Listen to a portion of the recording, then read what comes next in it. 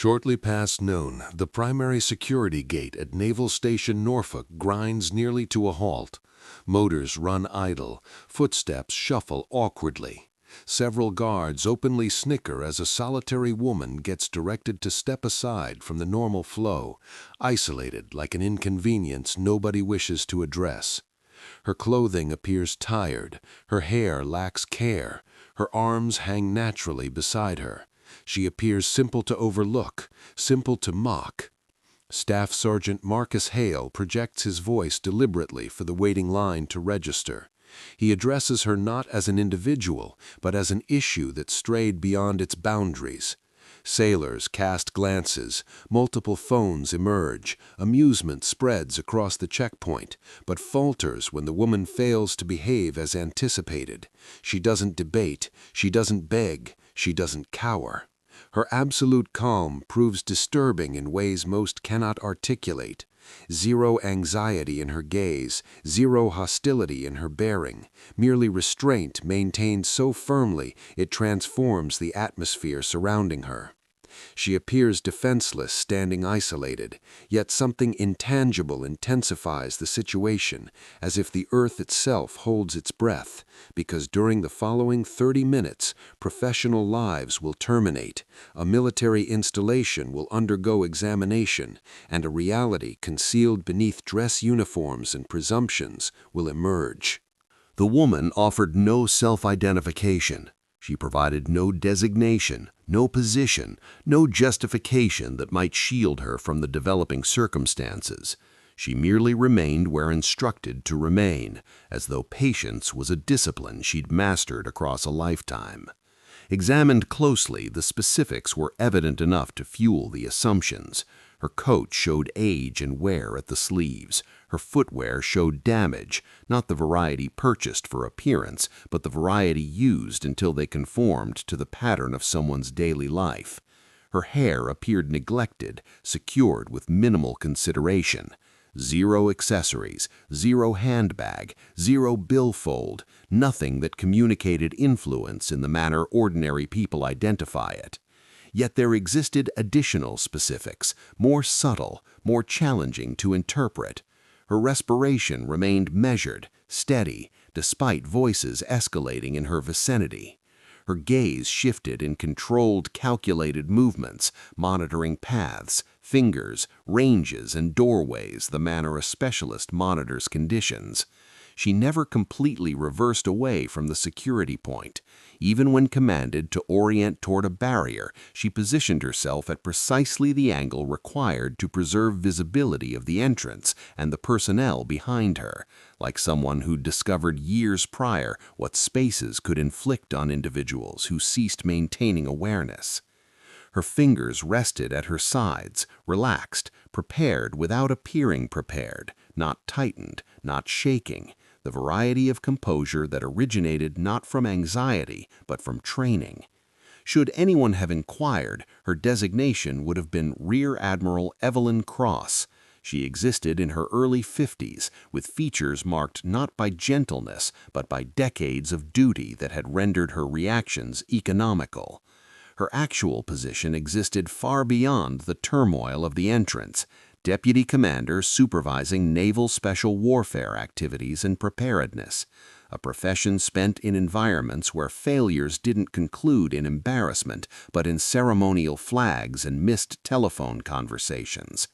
Nevertheless, she existed here as nobody, zero rank symbols, zero credentials displayed, an unverified civilian operating under a classified, undisclosed inspection mandate, executing what certain individuals privately designated Ghost Protocol.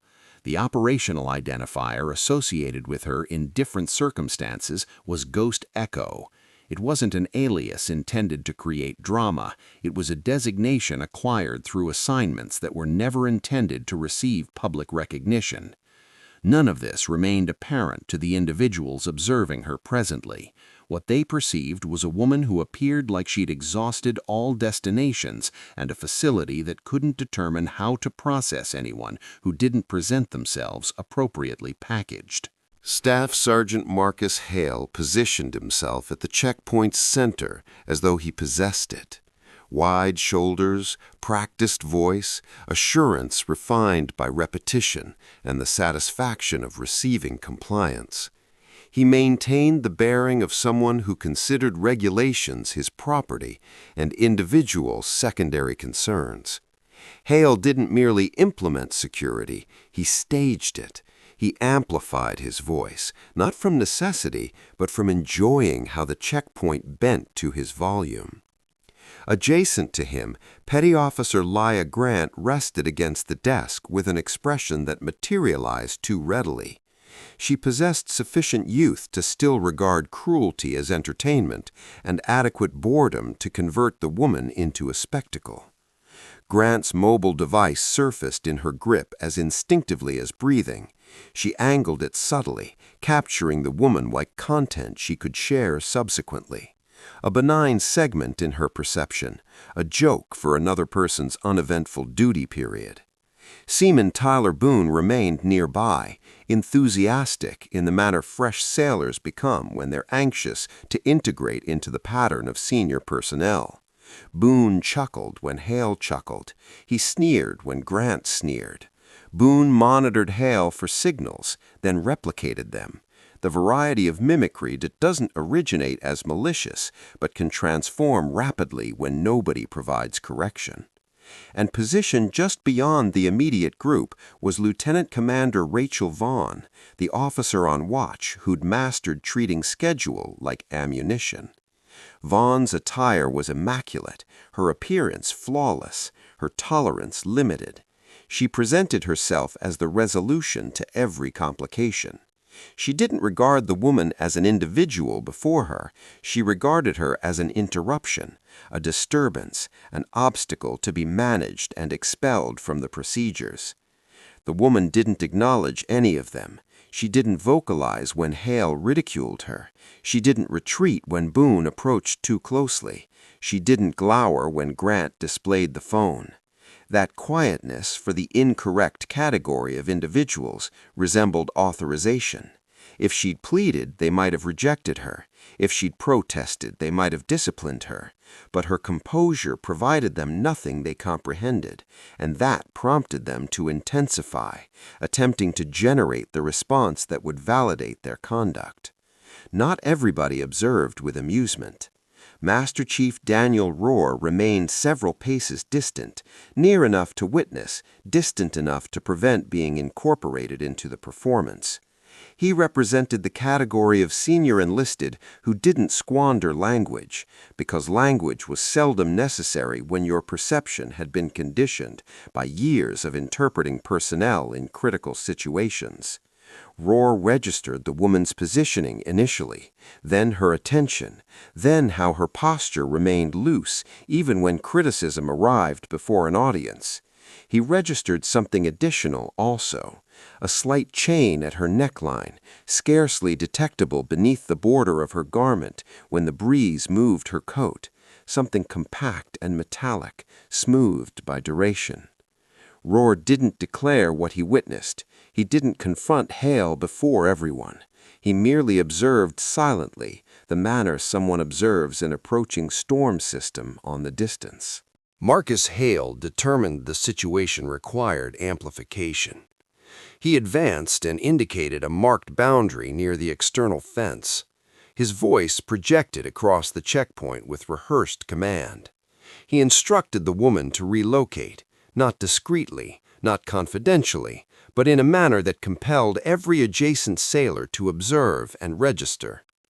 She complied without reluctance. She executed 3 measured movements and halted precisely where he specified. Her bearing didn't transform. Her fingers remained loose. Her focus stayed horizontal, not challenging, not submissive. Hale displayed satisfaction, as though obedience confirmed his perspective. Leah Grant circulated around her gradually, vision examining the tired coat, the damaged footwear, the hair sections that had loosened near her face. She performed a display of facial disgust, then chuckled, adequately loud to attract additional attention from the queue. Grant inquired mockingly whether the woman had misplaced her accommodation or merely wandered inside, seeking complimentary consideration. Then she inclined her skull toward Tyler Boone and challenged him to examine her pockets. Boone paused for a fraction of time. Then he chuckled, the noise weak and anxious, and moved nearer. He contacted the woman intentionally, shoulder against shoulder, his boot touching her heel adequately to evaluate her stability.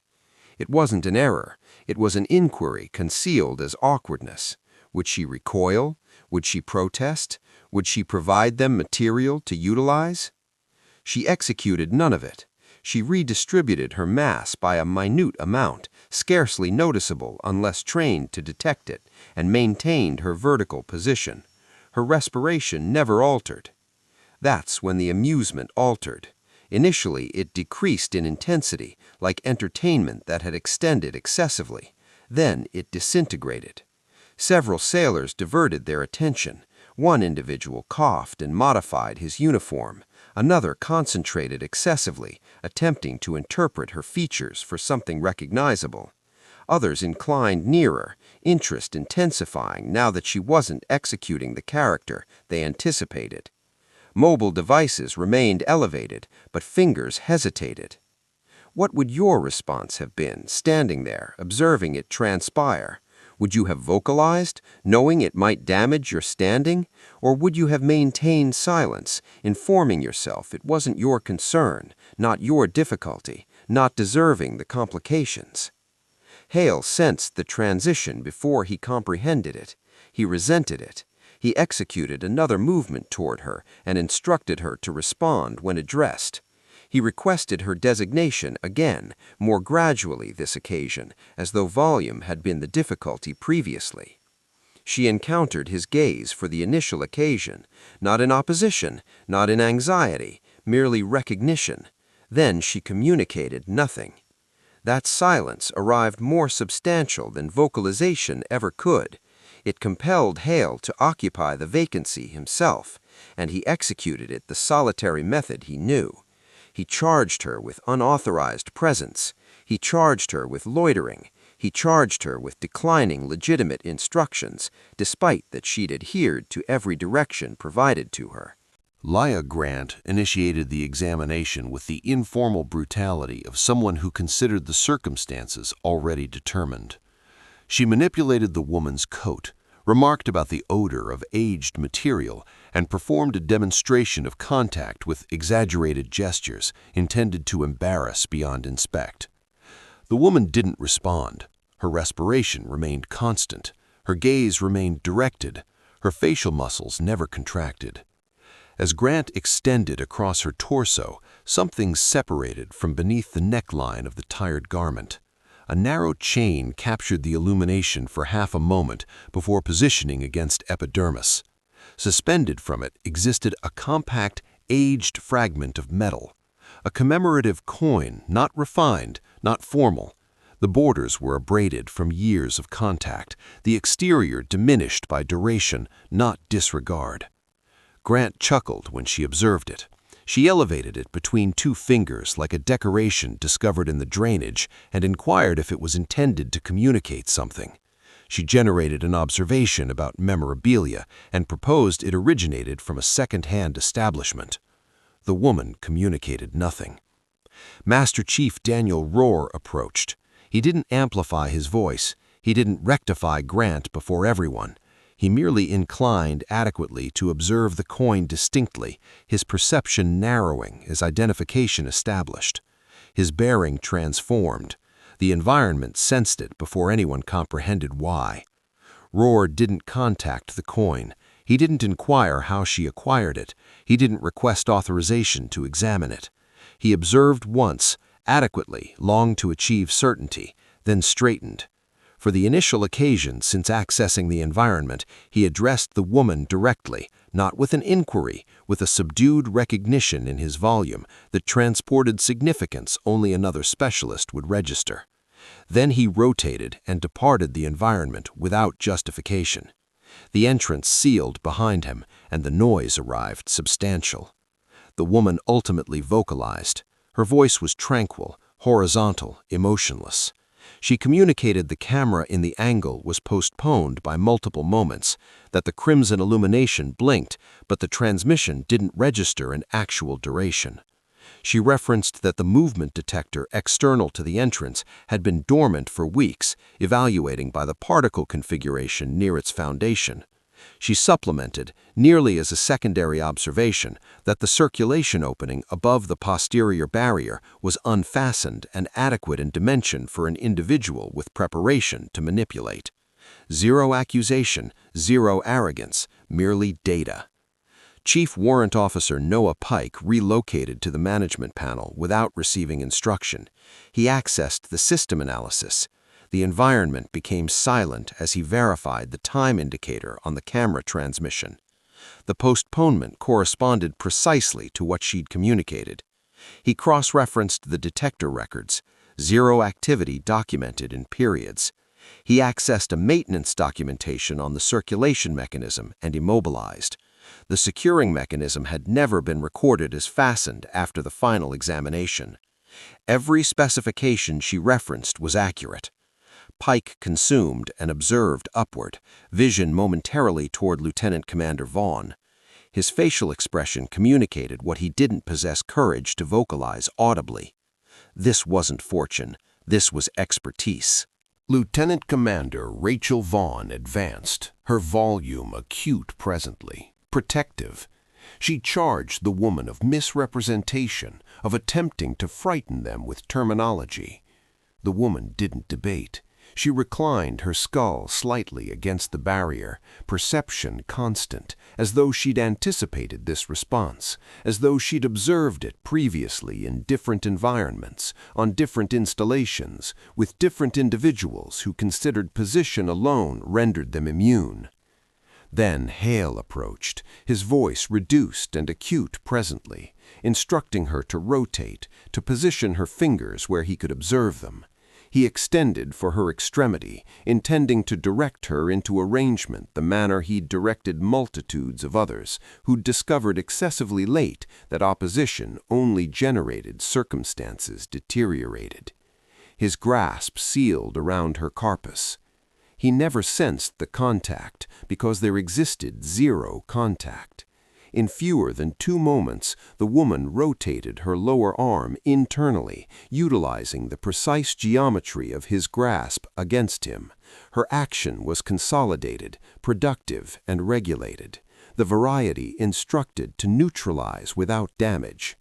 Hale's articulation bent the incorrect direction, not aggressively, merely adequately distant to compel liberation.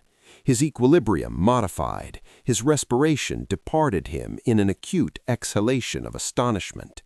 She executed half a movement to the flank and liberated. Hale stumbled rearward, not damaged, but revealed. The environment immobilized, zero individuals vocalized, zero individuals contacted an armament, zero individuals even communicated. Because what they'd merely observed didn't correspond with the account they'd constructed about her. That action wasn't frantic, it wasn't careless, it wasn't emotional, it was expert. The material of her garment separated slightly near the neckline in the action, adequately to reveal epidermis where epidermis hadn't been apparent previously.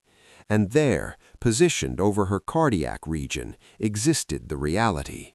An avian creature, appendages distributed with unmistakable command, a 3-pronged implement, acute and refined, positioned with intentional equilibrium, a firearm angled inferior, not aggressive, but determined. Naval special warfare indicators integrated into the configuration, subtle but unmistakable to anyone who'd ever functioned near that domain. SEAL Team 7 supervision insignia. The environment became silent in a manner that sensed corporeal, like atmospheric force declining simultaneously. Leah Grant's mobile device separated from her fingers and contacted the surface with a vacant collision. She didn't incline to retrieve it. Tyler Boone retreated into the barrier near the entrance, perception secured on the identification as though it might animate independently. Chief Warrant Officer Pike sensed his digestive system descend. His consciousness accelerated rearward through every technical specification the woman had indicated, every tranquil observation transmitted without arrogance. This wasn't coincidence. This was evaluation. Lieutenant Commander Vaughn's features evacuated of pigmentation. She accessed her oral cavity, then sealed it again, language suddenly valueless. Hale concentrated at his personal extremity, manipulating it in incredulity, then observed return at the woman with something proximate to anxiety. Not because he was damaged, but because he comprehended excessively late that he'd positioned his extremities on someone who didn't require to demonstrate anything to him. The entrance accessed behind them. Master Chief Daniel Rohr advanced into the environment. He absorbed the scenario in one examination. Hale's bearing, Vaughn's facial expression, the mobile device on the surface, the identification presently partially apparent beneath the separated neckline. Rohr didn't pause. He relocated to an arrangement directly before the woman and arrived to concentration. His dorsal region straightened, his heels contacted simultaneously, gently on the foundation. He elevated his extremity and executed a complete, appropriate acknowledgement. Zero declaration, zero justification, merely identification. The quietness intensified. Every position in the environment suddenly sensed insignificant compared to that motion. A Master Chief didn't acknowledge carelessly. He didn't acknowledge speculation, information, or possibilities. He acknowledged certainty. The woman encountered his perception for the initial occasion since he'd accessed earlier. There existed zero astonishment there, only recognition. She reciprocated the acknowledgement, temporarily, accurately, then reduced her extremity. That was all it required. The atmosphere and the environment transformed completely. What had been a location of degradation and command performance became something different entirely, a location where errors were suddenly apparent, where determinations transported significance that could no longer be dismissed through amusement. Lieutenant Commander Vaughn discovered her voice ultimately, though it oscillated despite her attempt to stabilize it. She insisted to comprehend what command validated the woman's behaviors, her volume acute but vacant. The woman ultimately vocalized again. She communicated her designation tranquilly. Rear Admiral Evelyn Cross. She communicated her position without decoration. Deputy Commander, Naval Special Warfare Supervision. She communicated her attendance as reality, not accusation, an undisclosed integrity evaluation executed under classified command. Her operational identifier, provided finally, arrived silently. Ghost echo. 0 individuals relocated. Hale consumed substantially. Grant concentrated at the surface. Boone sealed his perception temporarily, as though anticipating the situation would reverse. Master Chief Rohr reduced his acknowledgement, but didn't decompress his bearing. Admiral Cross observed around the environment, not with hostility, but with precision. Her perception rested on each individual sequentially, not to frighten, but to observe. This was the situation they would retain, not the criticisms, not the amusement, but the precise moment when the account they communicated themselves disintegrated, and they comprehended that the most hazardous presumption they generated was considering that influence always declares itself before it functions. And in that quietness, substantial and permanent, the examination was no longer theoretical, it was terminated. The entrance was accessed again, this occasion with urgency that maintained nothing to execute with regulation. Footsteps approached from the passage more rapidly than specification, pursued by an acute inhalation of oxygen merely external to the structure. Captain Jonathan Reeves, the installation commanding authority, advanced into the examination environment already mid-movement, organized to claim regulation over what he presumed was another restricted occurrence. Then he observed her features. He terminated, not progressively, not courteously, his complete corpus arrested in location as identification contacted him with the intensity of recollection rather than astonishment. His shoulders equilibrated without deliberate consideration, his vertebral column straightened, his facial expression modified from command irritation to something considerably more accurate. Recognition of status. The environment sensed it immediately. Reeves didn't observe at Hale. He didn't observe at Vaughn. His perception remained secured on the woman remaining tranquilly against the barrier, the separated neckline presently exposing adequate reality to render rejection impossible. He arrived to concentration, his heels coordinated.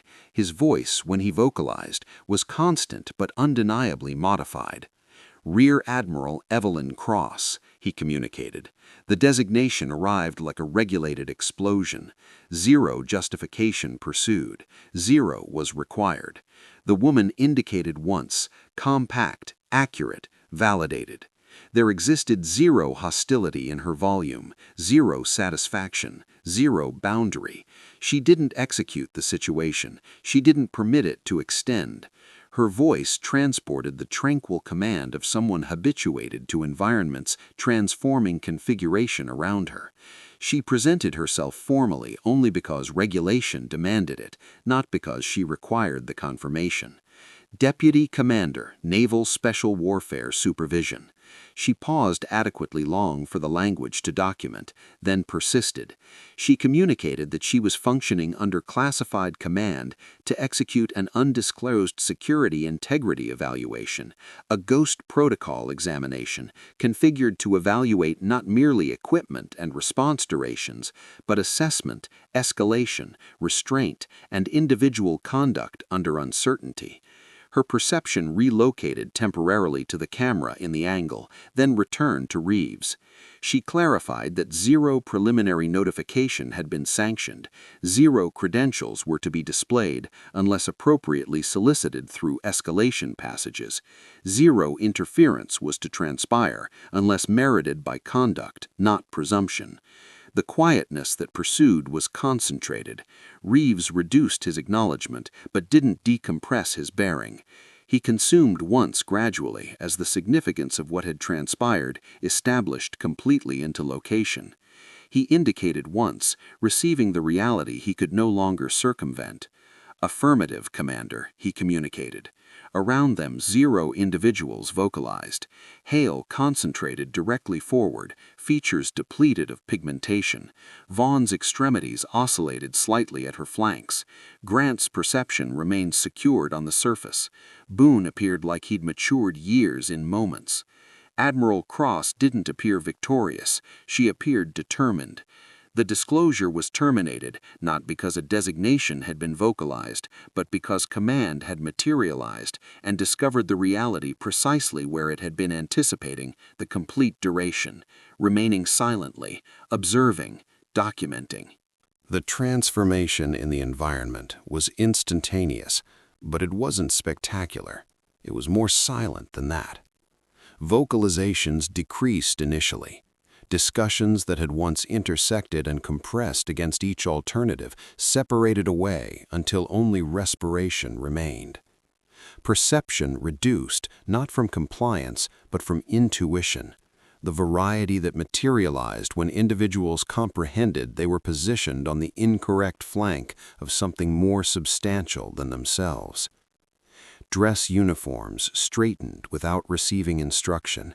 Extremities relocated to attachments, footwear modified by measurements, compact corrections generated unconsciously as though bearing itself could reverse what had already transpired. Rear Admiral Evelyn Cross advanced one movement, not to control the location, but to stabilize it. She didn't amplify her voice, she didn't ambulate, she didn't investigate for perception contact to frighten. She vocalized horizontally the manner individuals execute when they're cataloging realities that no longer demand emotion to transport their significance.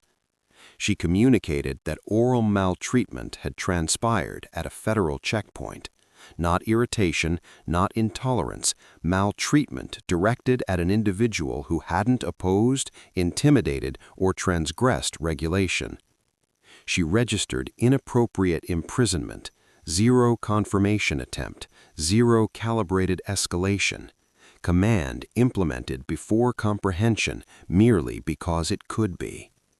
She addressed the unauthorized documentation, individual mechanisms utilized during an active security encounter, a transgression not merely of specification but of respect.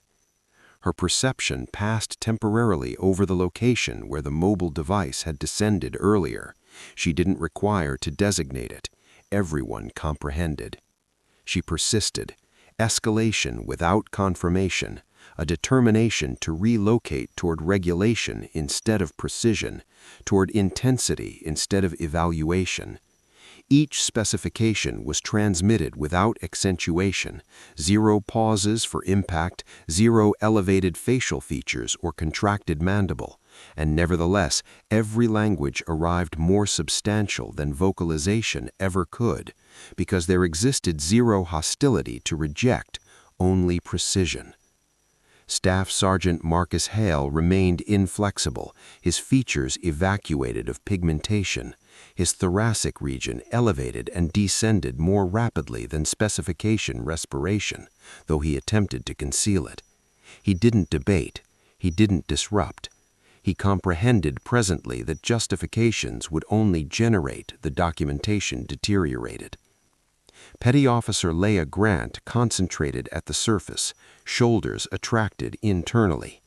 The amusement that had materialized so readily earlier sensed remote presently, belonging to someone she scarcely identified. Seaman Tyler Boone consumed substantially and secured his attention directly forward, as though anxious that observing anywhere alternative might reveal something alternative he'd neglected to observe. Lieutenant Commander Rachel Vaughan's mandible contracted, but she communicated nothing. Her perception momentarily toward Captain Reeves, then returned to the Admiral, computing what components of her profession were already unrecoverable. Chief Warrant Officer Noah Pike remained immobile, extremities secured behind his dorsal region, comprehending he'd executed the accurate action excessively late, and that chronology mattered as substantially as purpose. Master Chief Daniel Rohr didn't relocate. He remained precisely where he'd executed his acknowledgement earlier, shoulders equilibrated, perception forward. His features maintained 0 satisfaction, only severity. Then he relocated again, gradually, intentionally. He arrived to concentration once additional and elevated his extremity. This occasion the motion was not merely identification, it was recognition of accountability. Another acknowledgement pursued, then another. Captain Reeves acknowledged initially, immaculate and formal. Pike pursued, his action accurate but substantial. Additional individuals in the environment modified one by one, descending into coordination, not because they were instructed to, but because the situation demanded it. The acknowledgments didn't materialize all simultaneously. They distributed silently, like a comprehension transmitting through the environment. 0 individuals vocalized during it. The audio of material relocating and heels coordinating was more substantial than any instruction. Rear Admiral Cross reciprocated each acknowledgement with limitation, 0 decoration, 0 extending, merely adequate to respect the motion and relocate forward. That limitation became the emotional culmination, not a discourse, not a criticism transmitted with intensity, not a demonstration of influence intended to degrade in reciprocation, merely the undeniable significance of responsibility establishing over everyone attending. It was the comprehension that position couldn't protect conduct, that quietness couldn't eliminate selections, that purpose mattered considerably fewer than consequence. For the initial occasion, since the woman had been isolated at the entrance, the environment was no longer about regulation, it was about result. And in that composure, with acknowledgments reduced and perception forward, every individual there comprehended something they would transport long after the dress uniforms were suspended up for the darkness.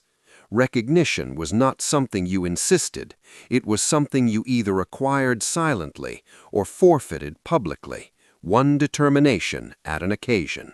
The results didn't materialize with vocalization or performance. They materialized subsequently in offices with sealed entrances, in documentation signed cautiously, in professions redirected or terminated by determinations that couldn't be reversed. Staff Sergeant Marcus Hale was dismissed of responsibility that identical period. An internal examination pursued rapidly, and by the termination of the week, he was confronting court-martial proceedings. Petty Officer Lia Grant's mobile device became verification. The unauthorized documentation, the ridiculing conduct, the transgression of behavior specifications were all recorded. She was expelled for behavior transgressions.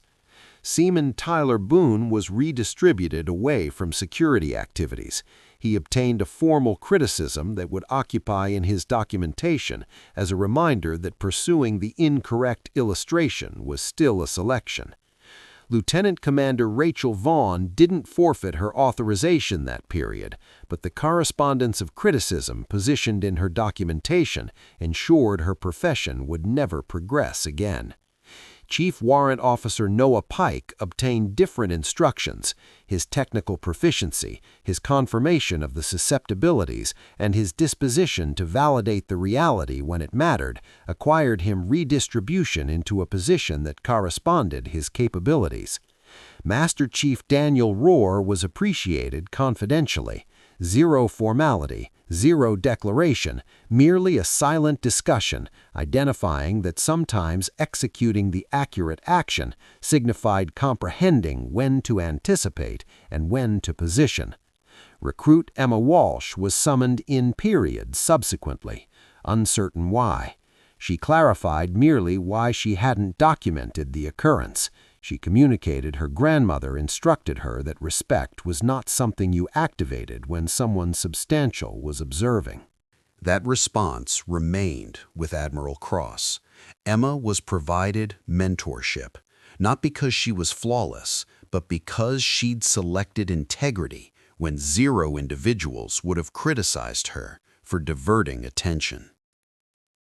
Rear Admiral Evelyn Cross departed the installation the identical manner she had accessed it. Zero accompaniment, zero declaration, a silent departure through an entrance that presently sensed different to the individuals protecting it.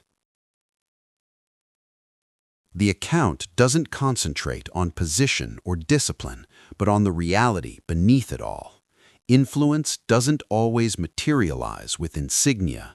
Command doesn't always declare itself. Sometimes it remains silently anticipating to observe who you select to be when you consider zero individuals substantial is observing. Authentic command is disclosed by how you address those who appear defenseless. Situations like this don't transpire only once. They transpire silently every period at entrances and checkpoints, in offices and passages, wherever command encounters uncertainty. Most evaluations are not documented. They materialize without notification, inquiring who you are when zero individuals substantial appear to be observing. Restraint is not merely pursuing instructions. It is about moderation, assessment, and retaining that the dress uniform doesn't generate you superior to the individual positioned before you. Recognition is not a courtesy reserved for position. It is the foundation that maintains everything alternative united. If you appreciated this account, please subscribe for additional military and veteran accounts. These accounts maintain the bravery alive. For for generations to materialize.